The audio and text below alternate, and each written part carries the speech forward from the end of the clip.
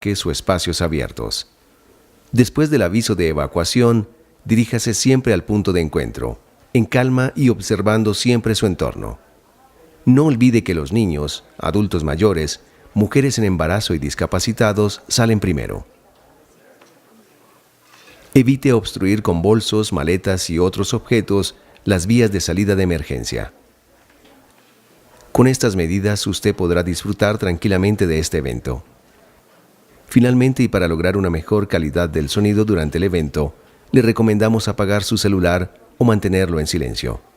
Muchas gracias por su atención y bienvenidos.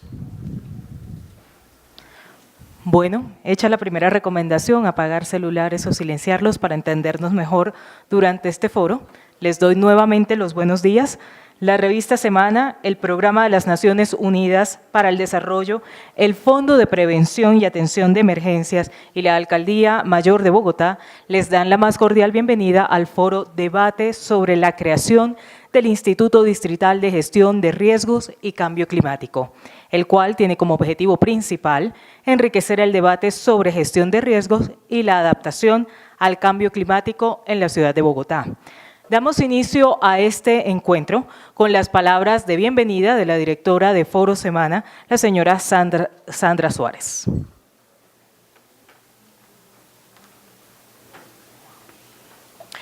Muy buenos días a todos, señor alcalde, buenos días a todos los funcionarios, panelistas, moderadores que nos acompañan hoy en este debate sobre la creación del Instituto Distrital de Gestión de Riesgos y Cambio Climático.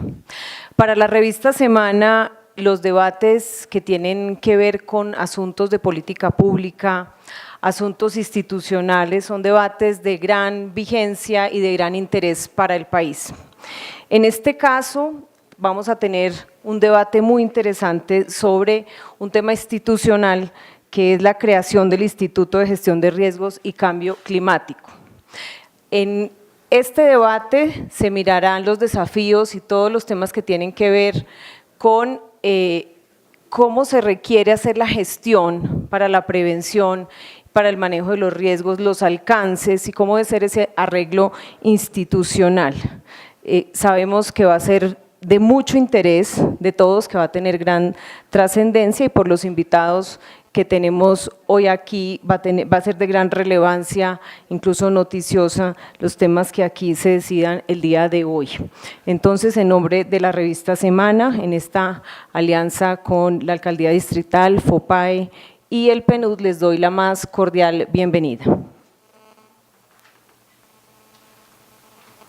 Muchas gracias, Sandra. Y bueno, entramos inmediatamente en materia, precisamente con la conferencia del señor alcalde mayor de la ciudad de Bogotá, el señor Gustavo Petro, sobre precisamente la consolidación de un sistema integral de gestión del riesgo.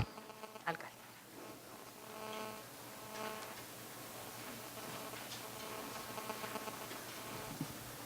También está el exministro Carlos Acosta.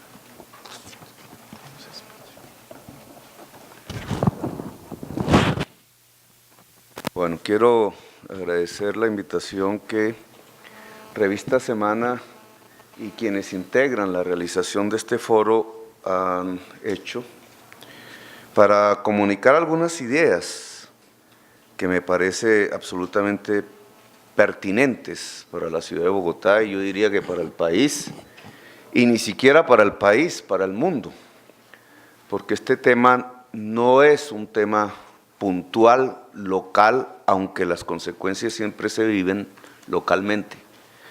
A los panelistas, al senador Carlos Baena, al concejal Jorge Lozada, a los miembros del gabinete distrital aquí presentes, a los miembros de la prensa también aquí presentes.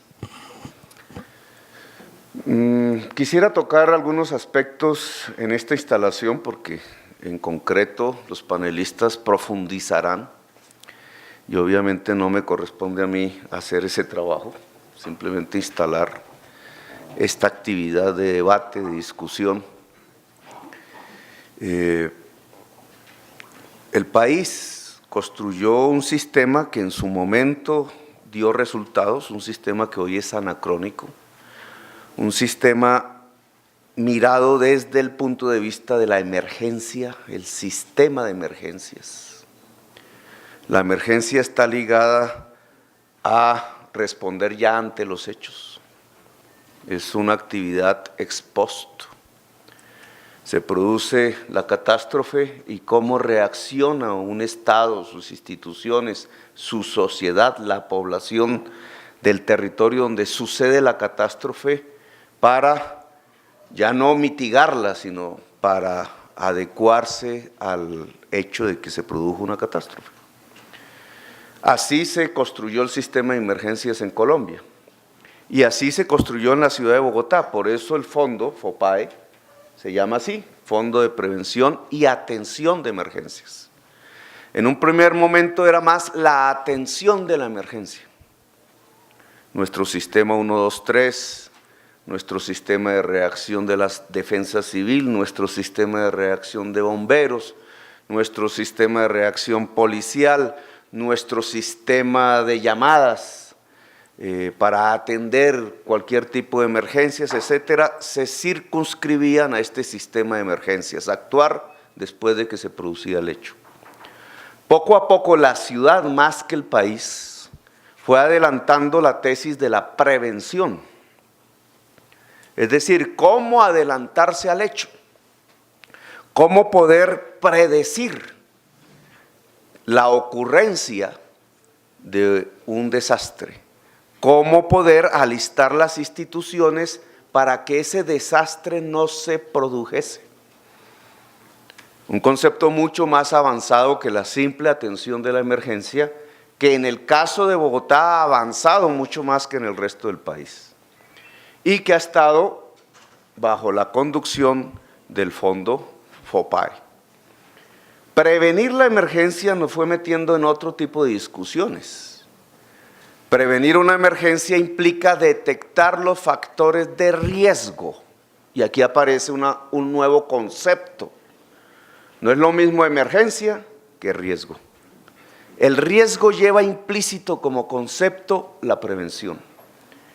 El riesgo es medir lo que puede suceder, las probabilidades de un hecho desastroso, medirlas estadísticamente, medirlas científicamente. El riesgo nos implica valorar cuáles son las causas que pueden determinar la afectación de la vida humana en un territorio. ¿Qué puede afectar negativamente la vida humana, la vida en general en un territorio? ¿Cuáles son los factores de riesgo? Y cuando entramos en esa dimensión que ha sido la discusión en Bogotá, pues hemos encontrado que las variables, los factores de riesgos fundamentales provienen de la naturaleza. Son factores de riesgo ambientales. El entorno mismo del territorio, la constitución del territorio, puede generar unos factores que afectan la vida humana y la vida en general, en el caso específico en el territorio de Bogotá. Factores de riesgo ambientales, que en general se dividen en dos clases. Unos que no dependen de nuestra voluntad y otros que dependen de la voluntad humana. Los primeros, que deberían ser conocidos cuando se evidencian, cuando se convierten en hecho, son los llamados desastres naturales, explícitamente y concretamente naturales, no dependen de la voluntad humana. Uno de ellos, el más grave para Bogotá, el riesgo sísmico. El riesgo sísmico tiene una forma de valoración, tiene una forma, no diría yo exactamente de prevención, sino de estudio que permite saber en la ciudad de Bogotá dónde puede haber zonas más afectadas que otras. ¿Cómo está la ciudad en su estructura urbanística, en la construcción de sus establecimientos, tanto públicos como privados, adecuada para resistir diversos niveles de sismo? Prevenir un sismo no significa en este caso evitar el sismo, es imposible, sino alistar la ciudad para que pueda resistir el sismo. A ese concepto de alistar una ciudad para resistir un desastre se le llama resiliencia. Y entonces tenemos una ciudad que debe ser resiliente ante el sismo. Las ciudades japonesas, como lo hemos visto, son altamente resilientes. Hay una serie de medidas que tomar, hay unos lugares donde se expone más la población al riesgo sísmico que otros. Hay unas medidas que se deberían tomar respecto al uso del suelo y respecto a las formas y a los contenidos de las edificaciones que se deberían tomar para mitigar el riesgo. Pero indudablemente la voluntad humana, la tecnología humana, la ciencia humana aún no pueden evitar el sismo. Este es un riesgo ambiental que no depende de la voluntad humana. Hay otro conjunto de riesgos cada vez más grandes que sí dependen de la voluntad humana. Son riesgos ambientales, ocurren por la naturaleza, pero la causa es la acción humana, no la acción en sí misma de la naturaleza. Esos riesgos ambientales son los que hoy, podemos decir con mucha claridad, se construyen alrededor del concepto de cambio climático. Mal llamado en Colombia la niña, que los niños yo creo que deberían ponerle una tutela a los medios de comunicación por usar ese nombre. Mal llamado el niño, mal llamado por ciertos medios de comunicación el desastre natural. Estos no son desastres naturales, estos son desastres humanos producidos por la acción humana, pero usando la naturaleza como medio.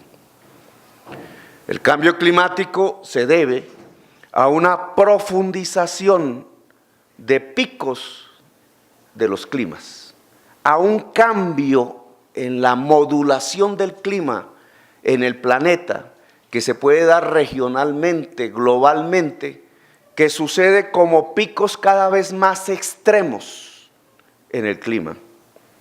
Inviernos muchísimo más fuertes, sequías muchísimo más fuertes, momentos de lluvia, épocas de lluvia muchísimo más intensos que antes, vientos muchísimo más poderosos que antes, cada vez momentos, llamémoslos entre comillas, estelares del clima, que se van haciendo más y más agudos, más y más dramáticos y que tienen un factor que los produce: el calentamiento promedio del planeta en la historia.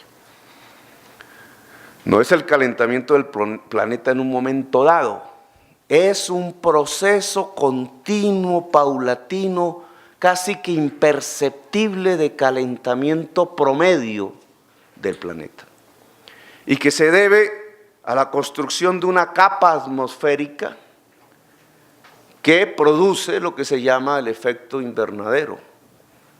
Calienta el interior porque los gases que se han producido tienen esa virtud de concentrar, de no permitir, de mantener cada vez más el calor en la atmósfera.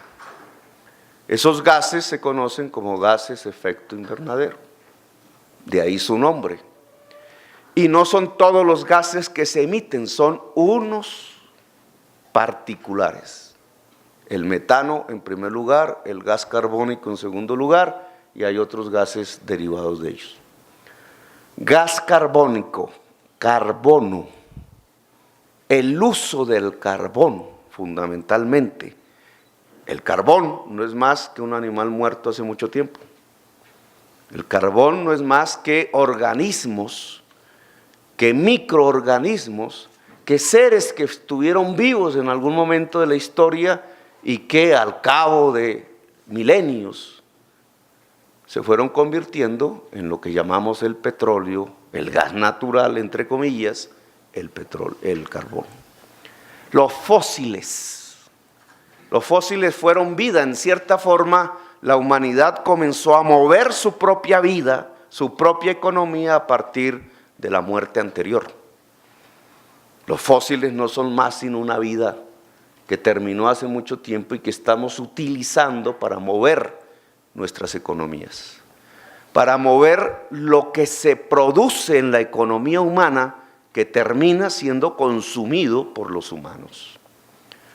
Esa magnitud del consumo va marcando la magnitud con que vamos consumiendo fósiles, es decir, vidas anteriores.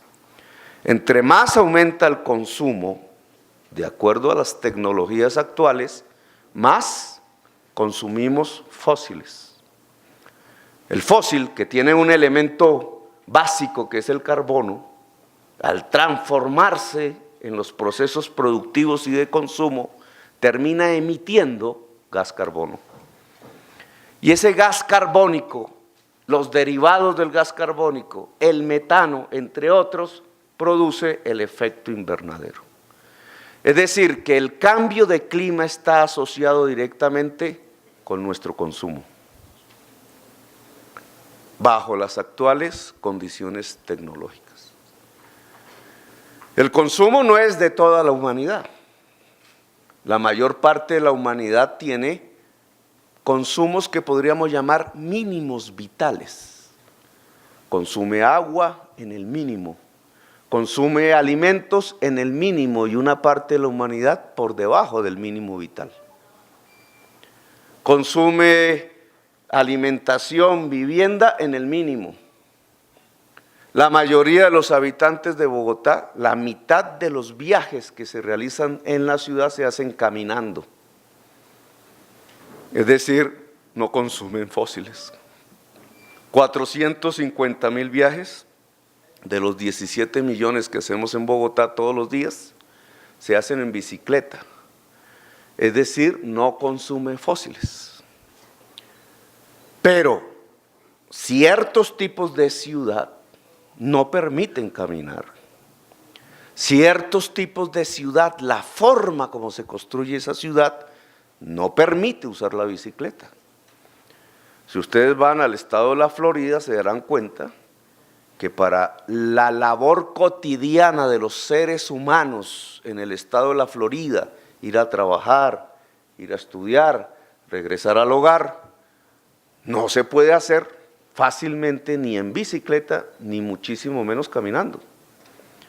Y la ausencia de un transporte público colectivo que hace tiempos dejó de existir en esas regiones, obliga a que el individuo para realizar su labor cotidiana tenga que utilizar el automóvil. Son ciudades construidas alrededor del automóvil. Hace fin de semana leía la revista Motor un artículo de crítica a la alcaldía diciendo que la congestión era producto de que no habíamos hecho las superautopistas. Revista Motor del Tiempo, creo que es. Pues el que escribió eso ignora completamente este tipo de conceptos. El que escribió eso ignora incluso el ABC de la teoría del transporte. Las superautopistas, como la de Los Ángeles, están congestionadas.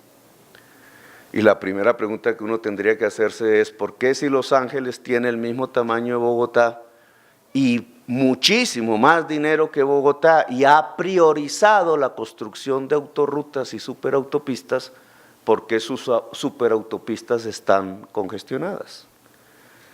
Eso ya lo había descubierto matemáticamente un premio Nobel de Economía, Vickrey, en 1951 o 52. Y es que al construir más autopistas, el propietario de vehículo conduce más el vehículo. Y al conducir más el vehículo, así no aumentasen los vehículos, congestiona la autopista nueva. Y entonces se produce un efecto paradójico, perverso, pero matemáticamente comprobable. Más y más autopistas, La ciudad construida como una ciudad alrededor del vehículo particular no resuelve la congestión. En cambio, el vehículo emite gases de efecto invernadero, que se pueden medir en fórmulas básicas de otro tipo diferente al que los economistas utilizamos. ¿Cuántos gases de efecto invernadero emites para ir a comprar un paquete de cigarrillos? O para comprar una medicina que necesita el niño en la casa. Si bajas y caminas a la esquina donde está la droguería, pues emites unos gases que son los propios de la biología. Pero si coges tu carro para ir hasta la droguería a comprar la medicina y regresar en el carro a la casa, emites una mayor cantidad de gases de efecto invernadero. Si eso se multiplica por todos los individuos de la Tierra, por todos los días del año, al final tienes un volumen de gases de efecto invernadero que puede ser tal que la Tierra se va calentando.